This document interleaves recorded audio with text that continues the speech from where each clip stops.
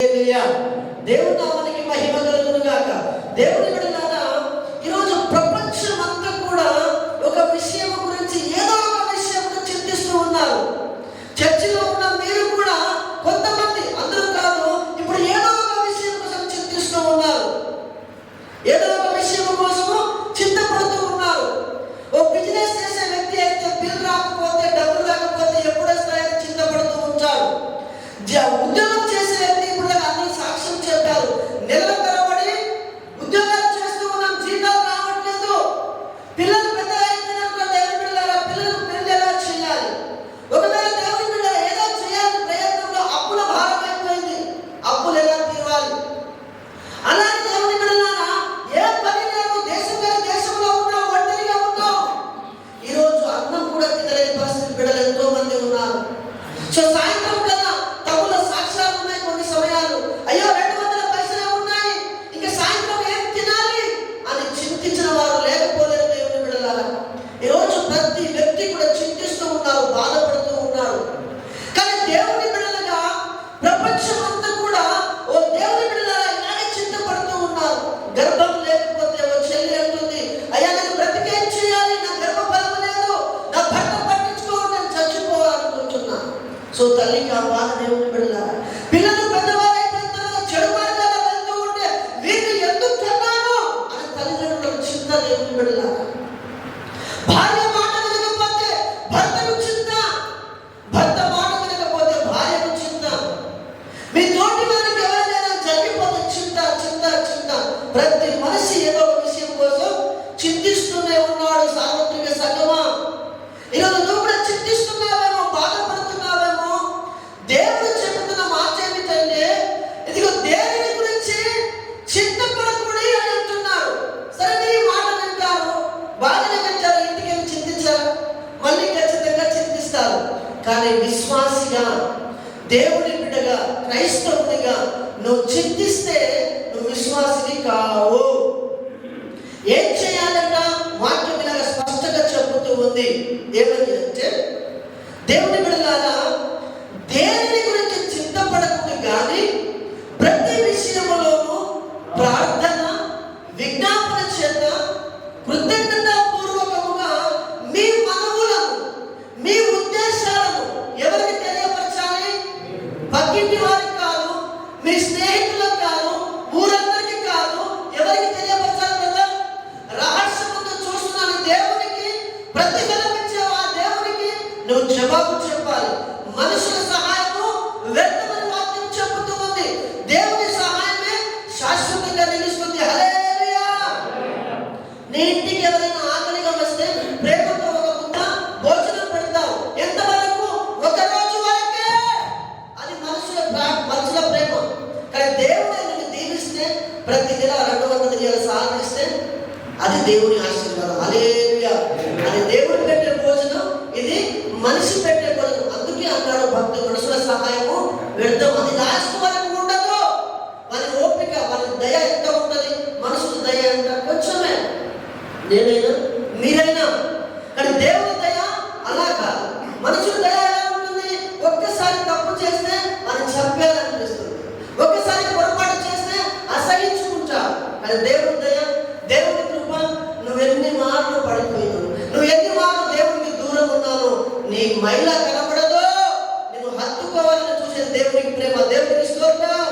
అది దేవునికి మనసుకున్న తేడా. దేవుని బిడ్డలారా, అందుకే ప్రభు వాక్యం చెబుతున్న మాట ఏంటంటే, నువ్వు దేనికోసం చింతిస్తూ ఉన్నావు, నువ్వు దేనికోసం బాధపడుతూ ఉన్నావు? విశ్వాసం అనేది ఏమిటంటే, అన్నయ్య బాగా నేను చెబుతున్నాను, 10 లక్షలు కావాలి, మీరు ఇస్తారా అని కూడా అడిగే వాళ్ళు ఉన్నారు. అన్నయ్య ఇక్కడ కూతురు పెళ్లి చేయాలి, డబ్బులు లేవు, ఉద్యోగం లేదు, ఏం చేయాలి? ఎక్కడి నుంచి వస్తాయి? చింతించొద్దు అంటున్నాం, ఆలోచన చేయండి అంటున్నాం. ఎక్కడి నుంచి వస్తాయి అంటే, దేవుని బిడ్డలాగా అబ్రహాముతో దేవుడు అన్నాడు, ఇదిగో బండల్ని పిల్లలు కనమంటే బండల్లో కంటాయి. ఏంటంట? పిల్లలు ఎవరు కంటారు? బండలు. భూమిలో కొన్ని నీళ్లు రావడమే కష్టము. అయ్యా, భూమిలో నుంచి నీళ్లు రావడమే కష్టము. మన బోర్లు వేయించారు మా ప్రాంతంలో. ఒక్కొక్కరు దేవుని బిడ్డలు 300-400 ఫీట్లు బోర్ వేస్తే ఒక్కొక్కరు 6 బోర్లు ఫెయిల్, 5 బోర్లు ఫెయిల్. లక్షల రూపాయలు నష్టపోయారు. ఊరు దాదాపుగా 20-30 లక్షలు పోయినాయి కావచ్చు. చెప్తున్నాను. అయితే దేవుడు ఎక్కడ నియమించాడు తెలుసా మీకు? బండలో నుంచి నియమించాడు. దేవుడికి స్తోత్రం. ఎక్కడి నుంచి? బండలో నుంచి. మనుషుని ప్రయత్నం వ్యర్థమవుతుంది. దేవుడు ఇవ్వాలనుకుంటే బండల నుంచి కూడా ఖచ్చితంగా ఇస్తాడు. విశ్వాసం అనేది ఎలా ఉండాలి? శారాయి అన్నాని, అయ్యా గర్భం ఉడికిన దానను, ఏంటంటే గర్భము ఉడికిన దానను, నా భర్త నాతో కలవడానికి ఆయనకు సామర్థ్యం శక్తి లేదు, మాకు పిల్లలు ఎలా కట్టడం నవ్వింది. ఎవరు? శారమ్మ. నమ్ముతూ ఉంటే దేవుని పిల్లల ప్రభు అన్నాడు, అమ్మా మనుషులకు అసాధ్యమే, నువ్వు ఆలోచిస్తున్న దానికి నీ సాధ్యము కాదు. ఎస్, నీ పని నీకు భారంగానే ఉంది, నీ ఆలోచన నీకు భారంగానే ఉంది. ఏం చేయాలో అర్థం కాని పరిస్థితి. కొన్నిసార్లు ఒంటరిగా ఏడ్చిన రోజు కూడా ఉండొచ్చు. నా సహోదరులారా, చాలా మంది బయట కనపడడానికి సహోదరుల దగ్గర మంచిగానే ఉంటారు, కానీ లోపల పడుతున్న వేదన ఆ ప్రభుకు మాత్రమే తెలుసు. హల్లెలూయా. ఆయన చూస్తున్న వాడు నీతో చెప్తున్న మాట ఏమిటంటే, నువ్వు ఇక నుంచి చింతపడకు. మరేం చేయమంటావు? నీ భారం అంతా ఎవరి మీద వేయాలి? మోసే దేవుడి మీద వేయాలి. నీ భారం ఎవరి మీద వేయాలి? దేవుడి మీద వేయాలి. ప్రభు అన్నాడు, ప్రయాసపడి భారం మోస్తున్న సమస్త జనులారా ఎక్కడికి రావాలి?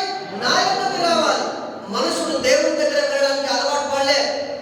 కొందరికి అవసరం పడితే ఫోన్ చేస్తాడు, అనారోగ్యం వేస్తే డాక్టర్ దగ్గరికి వెళ్ళిపోతాడు. దేవుని బిడ్డలారా, నిన్ను స్వస్థపరిచే దేవుడిని నేనని చెప్పాడు. నీ అప్పుల భారాన్ని తీర్చేవాడిని నేనే అన్నాడు. అధికారుల హృదయాన్ని మార్చేవాడిని నేనే అన్నాడు. నీ దేవుని దగ్గర మొరపెట్టావా? ఉపవాసం ఉన్నావా? ప్రార్థన చేశావా? మనిషి ఇంకో అలవాటు నేర్చుకున్నాడు. ఏమిటో తెలుసా? ఎంత బాధైనా భరించేస్తాడు, కానీ ఒక్కరోజు ఉపవాసం ఉండి ప్రార్థన చేయమంటే బాగా కష్టమైపోతుంది. ఎంత సమస్య అయినా నలిగిపోవడానికి ఇష్టపడతాడు. ఇంకా వేరే వేరే మార్గాలు వెతుక్కుంటాడు, కానీ దేవుని దగ్గరికి వచ్చి దేవుని సన్నిధిలో కన్నీళ్లు కార్చే అనుభవం చాలా మందికి తగ్గిపోయింది. దేవుని బిడ్డల ఆనాడు భక్తులు ఏం చేశారో తెలుసా? ఆనాడు ఆదికాండం నుంచి ప్రకటన గ్రంథం వరకు చేసిన భక్తుల యొక్క జాబితా ఎలా ఉంటుందో తెలుసా? కష్టం వస్తే, బాధ వస్తే, సమస్య వస్తే, ఇరుకులో ఉంటే, ఇబ్బందులో ఉంటే, మార్గం లేని చోట, నీళ్లు లేని చోట దేవుని వైపు చూశారు. ఎవరి వైపు? దేవుని వైపు చూశారు. ఎప్పుడు దేవుని వైపు చూశారు, దేవుడి దగ్గర ఖచ్చితంగా ద్వారము తెరిచాడు. చెప్పండి బట్టి ప్రభు ద్వారం లేని చోట దేవుడు ద్వారాలు తెరిచాడు. ప్రియ సహోదరి సహోదరులారా, ఈరోజు వాక్యం ఇచ్చిన మనమందరం కూడా మంచి మాట నేర్చుకోవాలి. దయచేసి క్రైస్తవులుగా, దేవుని బిడ్డలుగా చింతపడకూడదు. ఎందుకంటే చింత కలిగించేది ఎవరు? చింత కలిగించేది ఎవరు? సైతాను. చింతలు తెచ్చేది సైతాను. దేవుని బిడ్డలుగా మనుషులు దేవునికి ఎలా దూరం అవుతారంటే అహిక విచారము. ఏంటంటే అహిక విచారం, బాగా ఆలోచనలు, బిజీ బిజీ బిజీ బిజీ. చింత కలిగించేసి నీ మనసంతా దేని మీద ఉంటాడు? దేవుడి మీద ఉండదు. ఇంకా ఎక్కడ ఉంటుంది? ఆ టెన్షన్ మీదనే ఉంటుంది. ఆ టెన్షన్ లో నీకు చర్చి కూడా రావాలనిపించదు, ప్రార్థన చేయాలనిపించదు. గొడవలు జరుగుతుంటాయి చాలాసార్లు. భార్య భర్తల మధ్యలో, కుటుంబాలు, దేవుడి పిల్లల గొడవలు జరుగుతుంటాయి. గొడవ జరుగుతుంటాయి, చర్చికి వెళ్ళకూడదు. ఇంకా అవసరపడి ఇద్దరు చర్చికి మానేస్తారు. సాకరుడు కల్పించే తంత్రం అంతా ఇది. ప్రియ సహోదరి సహోదరులారా, మనమందరం జాగ్రత్తగా ఆలోచించాలి. ఈరోజు విశ్వాసిగా, దేవుని బిడ్డగా ఏదైనా సమస్య వస్తే, బాధ వస్తే నువ్వు నష్టపోయినా పర్వాలేదు, వదులుకోవాలి, ప్రభు మీద వేసేయాలి. అది విశ్వాసం. హల్లెలూయా. నువ్వు చింతించే వాడివైతే అయ్యో ఎలా, అయ్యో ఎలా అంటే నువ్వు విశ్వాసిని కాదు. దేవుని బిడ్డలా, విశ్వాసం అనేది ఏంటిది? అబ్రహాము దేవుడు చూశాడా? చూడలేదు. దేవుడి మాట మాత్రమే విన్నాడు. విన్నదాన్ని గట్టిగా పట్టుకొని ఇదిగో పాలు చేతులు ప్రవహించే దేశానికి ప్రయాణమై వెళ్ళిపోయాడు. ఆ విశ్వాసము ఆయనను సిగ్గుపరిచిందా? ఆ విశ్వాసము ఆయనను అవమానం చేసిందా? ఆ విశ్వాసాన్ని నిందలు తెచ్చిందా? ఆ విశ్వాసము అనేకులకు తండ్రిని చేసింది. హల్లెలూయా. ఆ విశ్వాసం ఏం చేసింది? అనేకులకు తండ్రిని చేసింది. అబ్రహాము మనకు తండ్రి, మన పితరుల తండ్రి అని ప్రార్థన చేస్తున్నాం. అబ్రహాము దేవుడు అని ప్రార్థన చేస్తూ ఉన్నాం. ఎంత భాగ్యం ఎలా కలిగింది? నమ్ముట వలన, విశ్వాసం ఉంచడం వలన, లేకపోతే చింతించడం వలన? చింతించకూడదు క్రైస్తవుడిగా. దేనికోసము చింతించకూడదు. మత్తయి సువార్త 6వ అధ్యాయంలో రాయబడి ఉంది, ఇదిగో ఈ పూట భోజనం కోసమా? ఇదిగో ఆకాశంలో పక్షులను చూడండి, అవి విత్తము, కోయము, కోటలో ధాన్యము సమకూర్చుకున్నాము, మీరు పిచ్చుకల కంటే శ్రేష్ఠులు కారా అన్నాడు ప్రభు. పిచ్చుకకు ఆహారం పెడుతున్నామా? మనం పెడతామా? గాలి ఎగిరే పక్షులకు ఆహారం పెడుతున్నామా? పెడతలేదు. వారిని ఎవరు పోషిస్తున్నారు? వారిని ఎవరు జీవితం చేస్తున్నారు? దేవుడే పక్షులను పోషిస్తున్నవాడు. తన స్వహస్తముతో చేసిన దేవుడు నిన్ను పోషించాడా? నీకు అవసరం ఏంటో తెలియాలా? ఖచ్చితంగా దేవుడికి తెలుసు. దేవుడికి ఇంకో మాట చెప్పనా?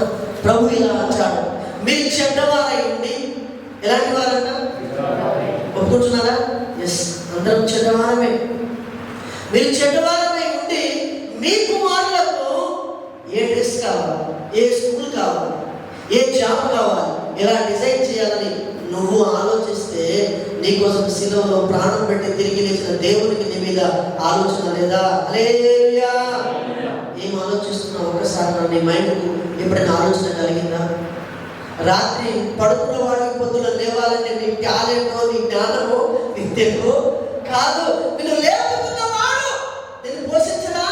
నేను ఎవరు చెప్పాను? ఆయన ఎవరు చెప్పారు? హరిబాబు కాదు, ఫోన్ మీద కాదు, మామ బాబా కాదు, సజీవుడైన దేవుడు నిన్ను లేపాడు. లేపిన వాడు ఖచ్చితంగా ఆహారము ఇస్తాడు. పిల్లలు చాలా మంది తల్లులు పెంచుతూ ఉంటారు.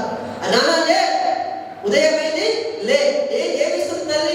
పాలిస్తుంది, పెరిగిస్తుంది. దేవుడి పిల్లల ఆహారం ఇస్తుంది, తిను అంటుంది. అవునా కాదా? పిల్లలు ఏమిస్తుంది? వాడికి ఏం అవసరమో తల్లి ఇస్తుంది. తల్లి ప్రేమ కంటే, తండ్రి ప్రేమ కంటే ఘనమైనది మన దేవుడి ప్రేమ. హల్లెలూయా. ఇక నువ్వు చింతించడం మానేయండి. చింతించడము మానేయండి. నీ సమస్య ఏముందో, నీ బాధ ఏముందో, నీ ఇరుక ఏముందో, నీ ఇబ్బంది ఏముందో ఎక్కడ చెప్పాలి? దేవుడి దగ్గర చెప్పేసి వదిలేయాలి. ప్రభు ఏమన్నాడు? భారం మోస్తున్న సమస్యలారా నా యొద్దకు రా అన్నాడు. అందరు వస్తున్నారు, బాగానే ఉంది. అందరూ వస్తున్నారు, బాగానే ఉంది. కానీ భారాన్ని వదిలిపెట్టి వెళ్ళట్లేదు. తమకున్న భారాన్ని విడిచిపెట్టి వెళ్ళట్లేదు. ప్రార్థన చేస్తున్నారు, చేసిన తర్వాత మళ్ళీ లేవాలని అంటాడు. అది జరుగుతుందంటావా? ఆమె అవుతుందంటావా? దొరుకుతాయంటావా? పదులు ఉంటాయంటావా? అంటే వీడు ప్రార్థన చేసింది ఇప్పుడు దాకా ఏంటిది? డౌట్తోనే చేసేదా? ఖచ్చితంగా డౌట్తోనే చేసింది. విశ్వాసం అంటే మళ్ళీ అడగడు. అన్న దేవుని సన్నిధిలో ప్రార్థన చేసింది. ఎలా చేసింది? నమ్మకంతో, విశ్వాసంతో ఏడ్చి ప్రభు దగ్గర గోజాడింది. మళ్ళీ ఏది దగ్గరికి వెళ్ళి అయ్యా కలుగుతారంటావా, అయ్యా అవుతుందంటావా, ఏది అన్నాడు? అమ్మా ఖచ్చితంగా నేటి ఈ సంవత్సరానికి నీకు పిల్లలు వెళ్తావు అన్నాడు. ఆ నాట నుంచి దుఃఖముఖిగా ఉండడం మానివేసింది. దేవునికి స్తోత్రం. నమ్మకం అంటే అదే. ఎవరి మీద? మనుషుల మీద కాదు. ఎవరి మీద? దేవుని మీద. మరియమ్మ దగ్గరికి వచ్చి ప్రభు అన్నాడు, దూత అన్నది గాబ్రియల్ దూత, దయాప్రాప్తురాలా నీకు శుభము కలుగును కాక, నువ్వు కృప పొందిన దానం అన్నాడు. మరియా యోగ్యురాలు, ఘనురాలు కాదు. కానీ దేవుని కృపను వచ్చి ఆమె తల్లిగా ఆ గర్భము ధరించింది. ఈరోజు వాక్యం విన్నాం ఇంతకు ముందు. అర్హత లేదు, మనకు యోగ్యులము కాదు. దేవుని కృపను పొందుకున్నాం. ఎంత ధన్యత తెలుసా? ఎంత అదృష్టం తెలుసా? చాలా గొప్ప విషయము. ప్రపంచంలో కోటీశ్వరుడు తెలుసా? యేసును నమ్మినవాడు. హల్లెలూయా. యేసు మీద ఆనుకున్నవాడు. దేవుడి ధనవంతుడు. డబ్బులు ఉన్నవాడు కాదు. డబ్బులు ఉన్నవాడు కాదు. ఎవరు ధనవంతుడు? యేసును కలిగిన వాడు. హల్లెలూయా. ఇదిగో పౌలు శీలలు ఎక్కడికి వచ్చారు? ఎఫెసు పట్టణానికి వచ్చారు. వచ్చిన తర్వాత అక్కడ ప్రజలు చూశారు. అయ్యో భూమిని తలకిందులు చేయవారు ఇక్కడికి వచ్చారట. వాళ్ళు సైంటిస్టుల, వాళ్ళు బాంబులు వేసే వాళ్ళ అన్న, వాళ్ళు కోటీశ్వరుల, ఉన్నదంతా వదిలిపెట్టేసి ఇక్కడికి వచ్చినారు. ఎక్కడికి? దేవుని సేవలో. కానీ చూసిన వారు అంటున్నారు భూమిని తలకిందులు చేయవాలంటున్నారు. దేవుని స్తోత్రం. దేన్ని చూసి అన్నారు? వాళ్ళలో ఉన్న యేసుని చూసి అన్నారు. వాళ్ళలో ఉన్న ప్రభుని చూసి అన్నారు. అన్నమాట. నిన్ను చూస్తే ఎవరు కనిపించాలి? యేసయ్య విశ్వాసం కనిపించాలి. ఇంకో మాట, ఒక మాట. ఈరోజు ఇంకో 100 దినాలు మాట. ఈరోజు క్రైస్తవులుగా అందరూ మారకపోవడానికి కారణం ఏంటంటే వింటున్న మీరే, ఎందుకంటే మీరే చింతలో బ్రతుకుతే, మీరే కష్టాల్లో ఉన్నట్టుగా అలా చెబుతూ ఉంటే ఇంకో విశ్వాసి దేవుని దగ్గరికి ఎలా వస్తాడు చెప్పండి? మరి చెప్పదా బ్రదర్? మరి మా బాధ ఎవరితో చెప్పుకోమంటారు? ఖచ్చితంగా చెప్పుకోవాలి. ఎక్కడ చెప్పుకోవాలి? రహస్యమును చూస్తున్న దేవునికి చెప్పాలి. వీడిపోయి అవిశ్వాసిగా చెప్తాడు దేవుడు నమ్మడానికి, నా బాధ నా కష్టం నీకు తెలుసా? పోయి వాళ్ళ దగ్గర వాడు కూడా భోజనం కూడా పెట్టాడు. ఉన్న విశ్వాసం పోతుంది దేవుడి మీద ఉన్న. ఇది విశ్వాసం కాదు దేవుడి మీద. మన దేవుడు అలాంటి వాడు కాదు. తన బిడ్డలు బాధపడుతుంటే నలిగిపోతూ ఉంటే చూసే దేవుడు కాదు. నువ్వేం చేయాలి అంటే నీ దేవుడి దగ్గర మనస్ఫూర్తిగా మనపూర్వకంగా విజ్ఞాపన చేయాలి. ఎవరికి? దేవుడికి విజ్ఞాపన చేయాలి. అది చేయడం మానేసి మనుషుల దగ్గర చెప్పుకుంటే ఏమి ప్రయోజనం ఉండదు. హల్లెలూయా. దాని తర్వాత మంచి మాట ఉంది, చదువుతారు ఎవరైనా? 8వ వచనం చదవండి. మెట్టుకు సహోదరులారా, ఏ యోగ్యతనైనను మెప్పైనను ఉండిన ఎడల ఏవి సత్యమైనవో, ఏవి మాన్యమైనవో, ఏవి న్యాయమైనవో, ఏవి పవిత్రమైనవో, ఏవి రమ్యమైనవో, ఏవి ఖ్యాతికరమో వాటి మీద ధ్యానం ఉంచుకుని చెప్పడం ప్రభువు మహిమపడతాడు. దేవుని బిడ్డలారా, ఏది న్యాయం, ఏది పవిత్రత, ఏది దేవునికి దగ్గర చేస్తూ ఉంది నీ జీవితానికి, వాటి మీద మనసు పెట్టుకోవాలి. వాటి మీద మనసు పెట్టుకోవాలి. ఒక మాట చదివి నేను ముగించేస్తాను. 11వ వచనం చదవండి ఒకసారి. నాకు కొదవ కలిగినందున చెప్పుడు లేదు, నేను ఇలా చెప్పుడు లేదు, నేనున్న స్థితిలో ఉన్న ఆ స్థితిలో సంతృప్తి కలిగి ఉండి నేర్చుకుని ఉన్నాను. దీన స్థితిలో ఉండ నెరుగుదును, సంపద స్థితిలో ఉండ నెరుగుదును, ప్రతి విషయంలోనూ అన్ని కార్యములలోనూ కడుపు నిండి ఉండియు, ఆకులు కొనుటయు, సమృద్ధి కలిగి ఉండియు, లేమి కలిగి ఉండి నేర్చుకున్నానని చెప్పడం వాడి ఎవరు భయపడతాం?